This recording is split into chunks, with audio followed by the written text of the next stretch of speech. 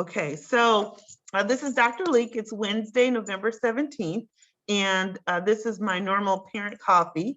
However, this morning we have a special visitor with us who I thought it'd be great for her to share some information in terms of what they're doing for the village and put it on our website. So if you're watching this now, I'm just going to introduce Holly, who's with Habitat for Humanity. And I just asked her if she would just talk a little bit about the work they're doing in the village and just the contributions to the community.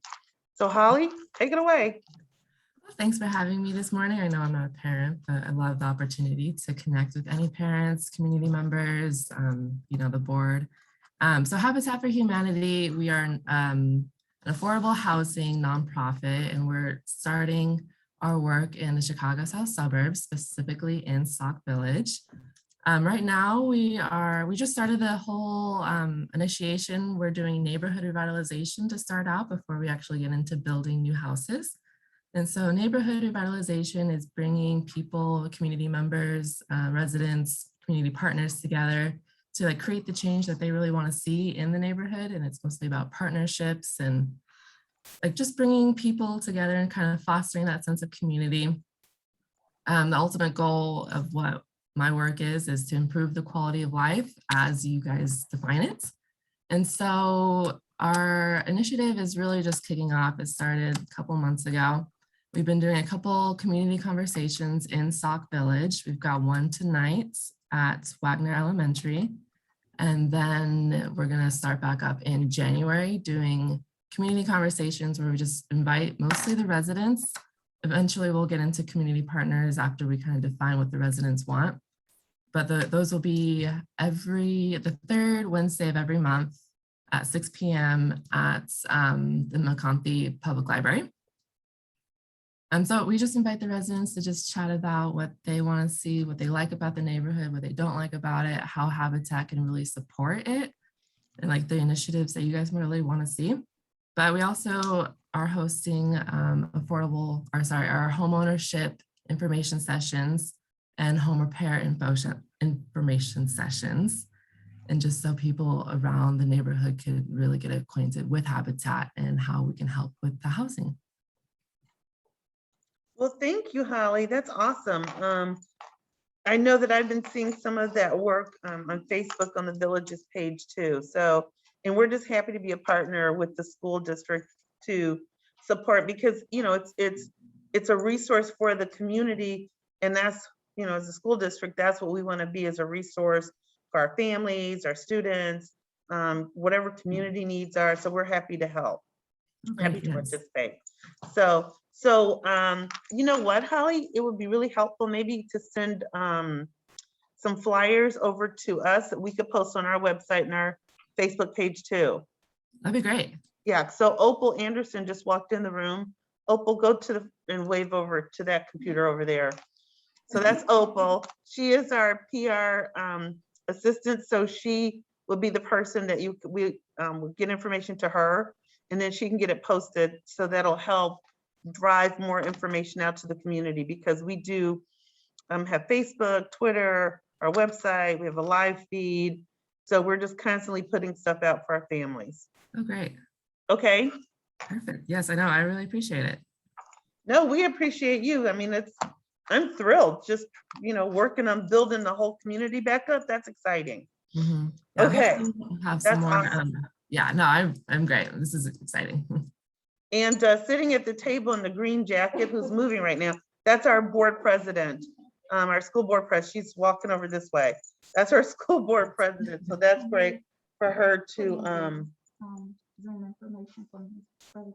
oh, sure. Okay, thank you, Holly. Anything else from Habitat for Humanity right this second? All right, well, we appreciate you. I'm sorry, I'm just getting some information. I know we're recording too. So I've got my Just a Dash folks on. If you all wanted to just chime in and just any updates or any information from our food service would be awesome. So I don't know, Liz, Alicia, Sheena. Sheena's the owner. Oh, hi, Sheena. Good morning. Hi, everybody. How are you? Good, good. How are you? What's new with Thank you, our guys. food service? Thank you guys so much for having us today. We're excited to be here, of course, and support in any way we can and give as much information as we can about the program and the steps that we're taking to enhance the program and make it palatable and appreciated by all. We know we've had a lot of hiccups this school year due to food shortages and staff shortages, but we want to thank you guys for being so supportive and understanding, but holding us accountable for every and all things. We appreciate the support from the district and from the parents. We are working on revitalization of the menus.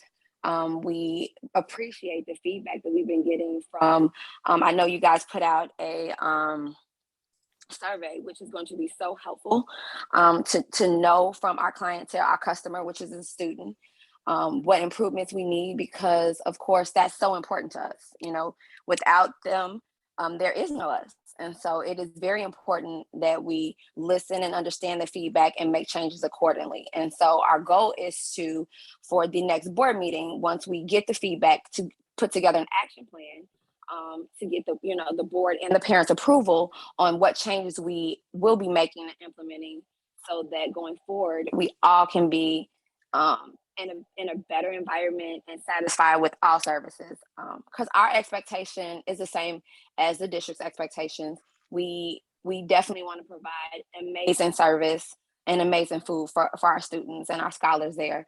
So we're just happy for the ability to be able to improve and grow. And so we really appreciate you guys. Well, we appreciate you all. What we appreciate too is, just as the owner, you know, to take out the time to collaborate with us and to listen to what the concerns are. And I know, Sheena, you weren't on Monday. One of the things that we talked quite a bit about was, what does it look like in terms of even though we know we have to follow the National School Lunch Program guidelines, and there's certain parameters for that, we also talked about what looks like a hearty meal versus what, even if it meets the guidelines, even just the look for a family or for a student when they pick up the main courses that they want. So that's been, you know, that was a big conversation that we were having on Monday, is recognizing what meets the qualifications for reimbursement, but at the same time, what connects to like a heartier meal. And in some cases, it doesn't even have to have more calories. It may just have a greater look. Do you know what I'm talking about, Sheena? I totally understand.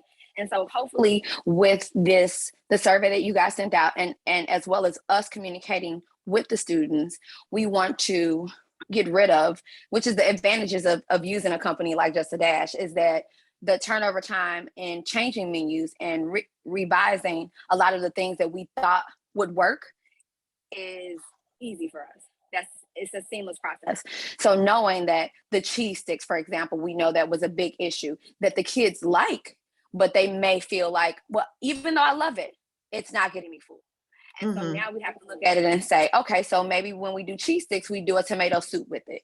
And so now we give them a heartier meal. And so those are the things that we are looking at. And when we present on the 22nd, we'll present with a revitalized menu that will make those options that may have come off as not as heartier, if that makes sense, and still meeting the qualifications. It still meets the qualifications. So we understand and we hear. We definitely understand and hear that even though some things meet the guidelines, that does not make it fit what you guys want. And so we understand that. And so we have to then go in and take those items out and put items in that the kids like and that they're going to eat and that they feel that are hearty meals. And the other tricky part, especially with our offer versus serve, and we talked about this on Monday too, that we try to do offer to our 3rd through 8th grade so that they can actually make a choice as opposed to everybody served an orange. They can have a choice between an orange, a pear, a plum, bag carrots, a bag of celery, you know, whatever. But right now, just trying to ensure that our young people are taking their fruits and vegetables, because it's almost like they just want the savory part. Right, It just is. give me the quesadilla. But we, It yeah, is. just trying to figure out ways to ensure that they are, and at the same time, I don't want them to throw it away either. Yeah. And That so, is a challenge. That is not just that is not a district 168 challenge. That is a challenge everywhere. We fight this battle everywhere because kids, it is important to give them options. They have an option whether they go to McDonald's, they have an option. This is something that they see everywhere. So this is not a, how come at school we don't just force feed them? But you know, when they go to a restaurant, they have options. They get to look at a menu. They get to choose. And so because we're not, I mean, per se, showing them a menu, but we're showing them the options visually, trying to get them to make the right choices.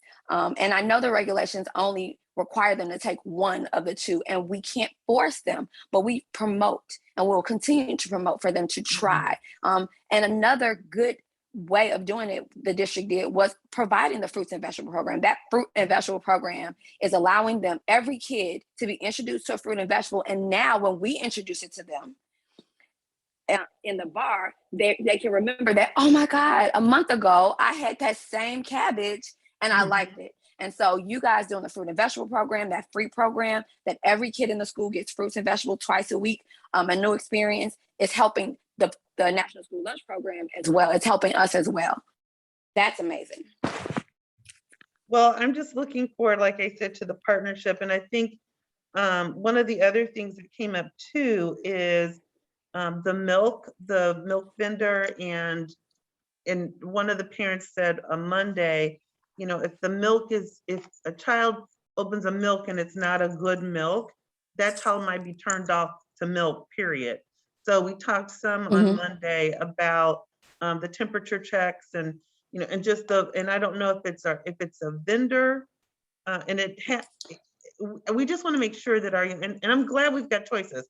Yeah, white milk, strawberry, chocolate, but just making sure that our milk program is the best, freshest it can possibly be too. And so we are currently partnering with the Dairy Council that will be providing us breakfast carts. Those breakfast carts will allow us to do like a refrigeration and a hot for District 168, which I think is an amazing, it's a grant program that we apply for. And I'm almost 99% sure that we received the grant for 168. But it will allow us to better temperature control everything. I think that we do an amazing job, and yes, some things slip through the crack and it's unacceptable. We're not at all making excuses. But in order for it to get better, we have looked into other avenues of ensuring quality control, and that being getting new breakfast carts, and those same carts can be used at lunch in order to regulate the temperature of the milk a lot better. Right now we use frozen packs, we use different things, and so it does a good job, but nothing is quite the same as what we're trying to get for the district now that will enhance and will stay with the district. It will belong to the district, and it will allow for the kids to be able to have a better regulatory temperature in what they're receiving. Not that what we're doing wouldn't suffice, but we're just trying to, of course, enhance our products. And so the steps that we're taking, hopefully all those things will be in by January. So when the kids come back, they'll see a new presentation for breakfast and lunch. Okay. Do you ladies have any questions for our food service folks? No, I think they answered all the questions the other day. I was Yeah, just Monday night. hoping that we would have gotten some more community. Well, and you know, listening in. we posted Monday nights is on the website. It's not working. I just told Opal. It's not? The link is not working. Okay, well, we'll figure that out. I did tell Opal. Okay, so we'll figure that out. And then I'm recording this session too. and we'll post this as well, because I've got Habitat for Humanity and I have Just a Dash. So I've got multiple. And then I see Joe Wizawati is with us from the village. Okay. Yes, I'm here. Hi, Joe. Good morning. So Hi. we are recording because I wanted to put this on our website so that people could hear about the Habitat for Humanity, get another chance to listen to our food service vendors. Is there anything that you wanted to share out from the village perspective? Because like I said, we're recording this, so we'll put it on our website. No, I mean, I think that, we've got a great partnership with the school district. I think we've been having some discussions with our police chief and some of the successes they've been having with the SRO. So, we're very happy that, things have gone well with that. And, we appreciate the partnership that we have with District 168. And we love Officer Dunn. Yeah. He is absolutely perfect fit for a school resource officer. I mean, Yeah, just, he's a good guy. he's a perfect fit. So he was just what we needed right on time. So he Yeah. was even over at Wagner yesterday helping out. So he's I know, all I saw him this morning over on an issue over here that we had earlier before school started. So, yeah. he's everywhere. So we appreciate him. Well, thanks for joining us. And we're thrilled too to have our partnership with the village. One of the things that I am particularly happy about is the number of opportunities between the village and the school district in terms of people being able to get vaccinated. I mean, that's been huge, so we've had a few opportunities at Rickover. I know the Village Hall has had the buses set up, so that's been a really good connection. And I just saw that our numbers had risen to over 41%. So we're still not, we're not where we need to be, but we are. We got to get those numbers up for sure. Yeah. Well, we're a heck of a lot further than when we were at 27%. Yes, ma'am. Yes, ma'am. So now we're focusing now on our 5 to 11-year-olds, looking with other districts in this area to set up a regional hub for vaccines for 5 to 11-year-olds. So we're working with Bloom, Fort Heights, Chicago Heights, Stager. So we're all working together with the Cook County Department of Public Health. So we're Oh, going good to set deal. up like a regional site. Yeah, and if there's anything you need from us, Dr. Leak, you can always reach out to us. We'll be happy to help. Thanks, I appreciate that. Yeah. And welcome back. It's good to see you. Yeah, it's good to be back. Yeah, I was listening to the conversation about, the food stuff. And let me tell you, when I went to Rickover and Strasburg, we had some interesting lunches. And I hear what you guys have, and it's like, really? We had a soy burger and we had a little thing of macaroni, or not even like the macaroni, not macaroni and cheese, but a macaroni salad type thing. It was horrible. That's what we got to eat. And we didn't complain. We loved it. Well, we are, And we had to drink the water. well, we are just trying to provide expanded experiences for our young people. I And think you guys are doing a fantastic job at it too. well, thank you. Okay, so anything else, because I don't have any parents on. No.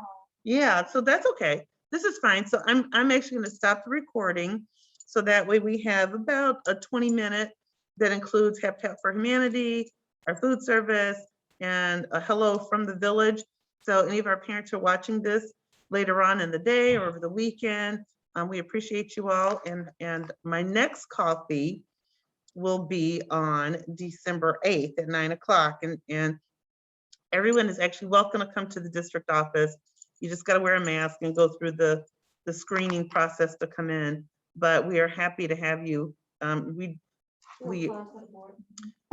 Board meeting is Monday, 22nd. 6:30 is finance and 7 o'clock is the regular business meeting, and Just a Dash will be presenting at our business meeting. And then we do have a school improvement day on Tuesday, and our children are out for the holidays starting Wednesday. So we try to add an extra day in there so that if parents need helpers in the kitchen on Wednesday, there you go. And last year, I know we did holiday meals. So Sheena, I do want to talk to you about that again too, when we get a chance. No problem. Okay. No Okay, problem. well, We're I'm here to gonna help. stop the recording.